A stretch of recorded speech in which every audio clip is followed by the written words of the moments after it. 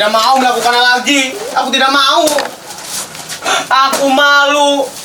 Malu dengan teman-teman di sekolah. Semua sengaja menghindar, menganggap aku tak pantas bergaul dengan mereka. Aku dianggap berbeda, tak sekeren mereka. Baju dan sepatu yang kupakai tak sebagus dengan cowok-cowok penggemar BTS itu. Semula aku menanggapinya cuta acuh, tapi lama-lama Lingga, Kiki, Eza tiba-tiba menghilang dari peredaran. Mereka tak mau bersahabat denganku lagi. Apa arti gelang persahabatan ini? Tak berguna. Raffi. Ya, Mak. Sebentar, Mak. Obat yang pesan sudah Raffi beli di warung. Sebentar ya, Mak. Mak sedang sakit. Sudah hampir sebulan. Aku belum sanggup membawanya ke dokter. Kata orang, biaya ke dokter mahal. Apa? BPJS? Dari mana kami membayar cicilan setiap bulannya? Bu Siti yang bekerja di puskesmas pernah bilang, iuran BPJS yang menunggak atau tidak dibayar terancam terkena denda. Ya sudahlah, orang susah dilarang sakit. Itulah mengapa sudah sebulan ini aku menggantikan pekerjaan emak berburu karton, koran, botol-botol ke warung-warung dan toko. Sering aku memuat barang bekas yang sengaja dibuang sembarangan. Aku tidak habis pikir kenapa orang-orang membuang sampah sembarangan. Tidakkah mereka tahu bahwa tindakan mereka itu akan merusak bumi yang kita tinggali ini? Dan sementara tong sampah dibiarkan kosong tak berfungsi sebagaimana mestinya. Sejak Bapak meninggal 5 tahun yang lalu, malah yang mencari nafkah untuk menyambung hidup. Sempat menjadi buruh cuci dengan upah seikhlasnya. Tapi upah emak yang kecil tak sebanding dengan resiko yang dihadapinya. Kalau ada baju yang luntur atau rusak, emak harus menggantinya 2 kali lipat. 2 kali lipat. Kemudian emak takut lagi untuk mencuci. Lalu emak pun memilih menjadi pemulung. Setiap harinya emak mengumpulkan sampah 10-15 kg per harinya. Tak banyak uang yang dibawa ke rumah. Sampah-sampah yang terkumpul dijual dengan harga Rp3.000 per kilogramnya. Ya, cukuplah untuk membeli beras, lauk pauk, dan sedikit uang jajan untukku. Hujan, terik matahari tidak menyurutkan semangat emak. Dengan segala keterbatasan, emak tetap berusaha memenuhi kebutuhan sekolahku. Emak ingin sekali aku jadi guru. Karena jadi guru adalah cita-cita emak dari dulu. Raffi, apapun peringan hidup, kamu harus ingat, kamu masih punya Tuhan. Jangan menyerah menggapai cita-cita ya, Nak. Begitu pesan emak. Saat ini emak sakit keras. Barang-barang ini yang menyelamatkan hidup kami. Pepatah mengatakan sampah satu orang adalah harta bagi orang lain. Dengan sampah-sampah ini aku masih bisa beli makan, bersekolah, bahkan jika ada uang lebih aku bisa beli pulsa internet. Lihatlah langit biru itu, Raffi. Kesanalah matamu harus memandang. Apa yang kamu lakukan akan menjadi cahaya bagi orang di sekitarmu. Sudah berapa ton sampah yang telah emak dan kau selamatkan? Jika tidak, sampah-sampah ini akan menguburmu. Tapi tunggu sebentar, aku ada kejutan untuk kalian. Nah, handphone Android ini. Kalian pasti bertanya, kenapa aku memiliki handphone Android ini? Ya kan? Kalian juga pasti curiga, karena aku hanya anak seorang pemulung. Baiklah, aku akan sedikit bercerita bagaimana aku mendapatkan handphone Android ini. Jadi, pada saat lomba 17 Agustus tahun lalu, Pak Lurah meminta aku mengumpulkan teman-teman untuk mengikuti lomba gerak jalan. Dan aku ditunjuk jadi kepala regu. Ya, meskipun awalnya ragu, regu kami tetap berusaha keras. Dan pada akhirnya, regu kami menang. Yes! Dan sambil memegang kumisnya, Pak Lurah bilang begini. Raffi, kamu hebat. Jempol untuk kamu. Tunggu bonus dari Bapak ya. Nah, jelas kan bagaimana asal-usul handphone Android ini? Handphone Android ini adalah pemberian dari Pak Lurah sebagai bonus. Tuhan memang adil ya. Di saat dibutuhkan, di saat itu juga Tuhan memberikan jalan. Apa? Masih belum percaya? Baiklah, aku akan praktikan bagaimana aku menjadi kepala regu pada saat lomba 17 Agustusan tahun kemarin. Perhatikan. Maju jalan, kiri, kiri, hormat, gerak. Balik kanan, maju jalan. Kiri, kanan, kiri. Nah, sudah percaya kan? Sebentar.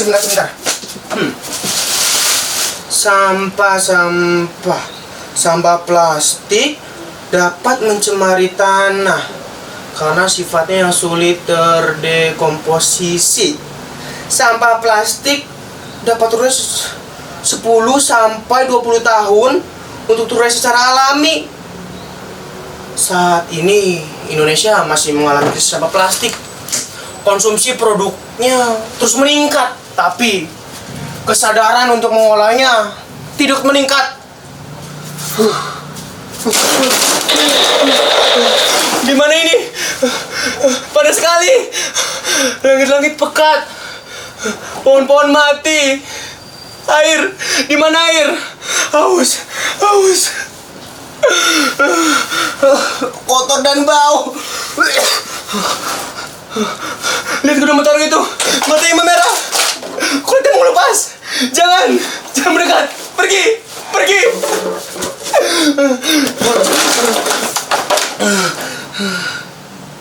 Kenapa rambut rontok begini? Kenapa kulit Raffi mengelumpuk? Kerongkongan, tidak bisa bernapas. Tolong.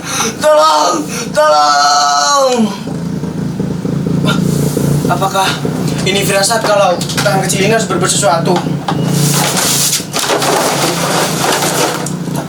Tapi apa yang aku bisa lakukan dengan barang-barang ini ya? Aku pernah mengunjungi pameran kerajinan ulang. Di pintu masuknya tertulis spanduk bertuliskan, jika tidak dapat mengurangi maka perbaiki, gunakan kembali, bangun kembali, jual kembali, dan daur ulang. Aku masih ingat betul tulisan itu. Tapi jujur saja sih, pada saat itu aku belum tertarik untuk mengolah sampah-sampah ini. Karena menurutku sampah adalah barang yang kotor dan menjijikan. Dan hasil daur ulangnya pun terlihat biasa-biasa saja. Tidak ada yang istimewa. Sewaktu itu aku juga pernah diajak Bu Guru mengikuti workshop. Di sana diajarkan bagaimana caranya mengolah barang bekas menjadi barang yang bermanfaat. Dan selain bermanfaat, katanya barang-barang itu dijual dengan harga yang pantas. Lantas, kenapa aku harus malu dan minder ya? Sibuk memikirkan penilaian orang lain saja. Cuaca sedang cerah hari ini. Aku begitu bersemangat merasakan rencana-rencana. Oh iya, tanggal berapa sekarang ya? Sebentar. Oh, 17. Emak mengizinkan ruang tamu ini dijadikan sebagai pameran sekaligus pelatihan. Pameran kerajinan daur ulang akan terpajang rapi di sini. Tunggu dulu. Bagaimana aku geser kursi ini ke sebelah sini sedikit saja? Nah, seperti ini. Bagaimana menurut kalian? Cocok? Bisa sedikit ya. Bilang tidak cocok. Seperti ini.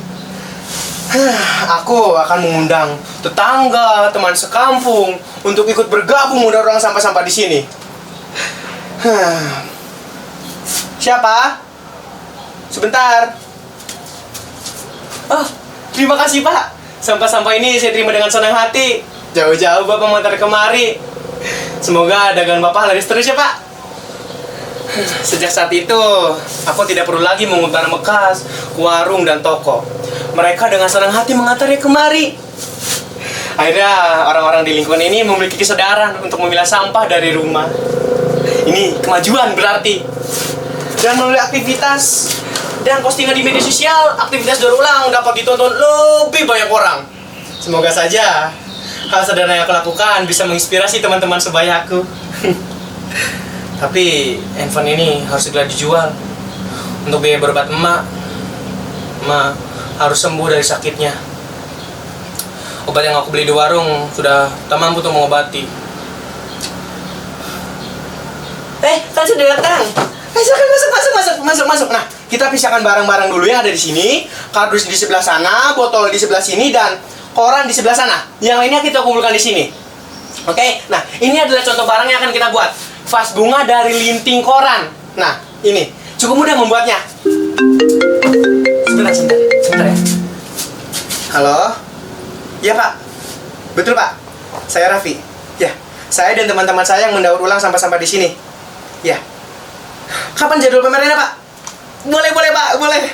Iya. Ya baik Pak. Terima kasih. Ya Pak. Teman-teman, kita mendapat pameran bulan depan. Ya, undangan pameran. Yes. Karya kita akan dipajang bersamaan dengan karya pengrajin daur ulang lainnya. Tapi bagaimana kalau karya kita lebih jelek dari mereka ya? Mereka akan menertawakan, menganggap tak profesional. Aduh, bagaimana ini? Kita tolak saja tawaran ini. Tidak. Kita harus percaya diri, optimis, dan yakin. Raffi, ini kesempatan baik. Harus lebih giat lagi, lebih kreatif lagi. Baik, sesuaikan dengan gambar ya. Barang yang sudah jadi simpan di sudut sebelah kiri. Nah, sebentar, kita foto dulu deh. Coba. Nah, geser. Ya, bagus. Yaudah, mari kita selesaikan yang lainnya. Hati-hati, jangan sampai terjatuh ya. Guntingnya jangan terlalu pendek. Nanti sulit untuk menggabungkannya. Ya, coba lihat pinggirnya. Harus terlihat rapi. Mantap. Aku baru saja mengantar emak pergi ke dokter. Sebenarnya penyakit emak harus mendapat penanganan khusus. Tapi emak bersikeras ingin pulang saja. Dan dokter pun tidak begitu jelas menerangkan apa penyakit emak. Dokter hanya menjelaskan berapa kali sehari emak harus minum obat, apa obat yang harus emak minum, dan aku pun tidak sempat menanyakan lebih jauh soal itu. Teman emak juga mengisyaratkan kalau emak cepat-cepat dibawa keluar. Dan di perjalanan pulang, emak berbisik kepadaku, Raffi, kamu pahlawan emak. Mataku pun berkaca-kaca. Aku pun membalas ucapan emak. Raffi bangga sama emak karena pahlawan sesungguhnya adalah emak. Oh iya, Lingga, Kiki, Eza akan berjanji datang ke rumah. Mereka akan menyumbangkan barang-barang yang telah dikumpulkannya.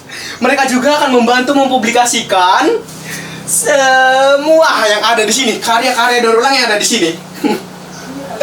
Ternyata mereka benar-benar tidak meninggalkanku ya. Ling, Ki, Za, we're best friend deh, forever. Tuhan, terima kasih telah mengembalikan hari-hari baik kepadaku. Ma.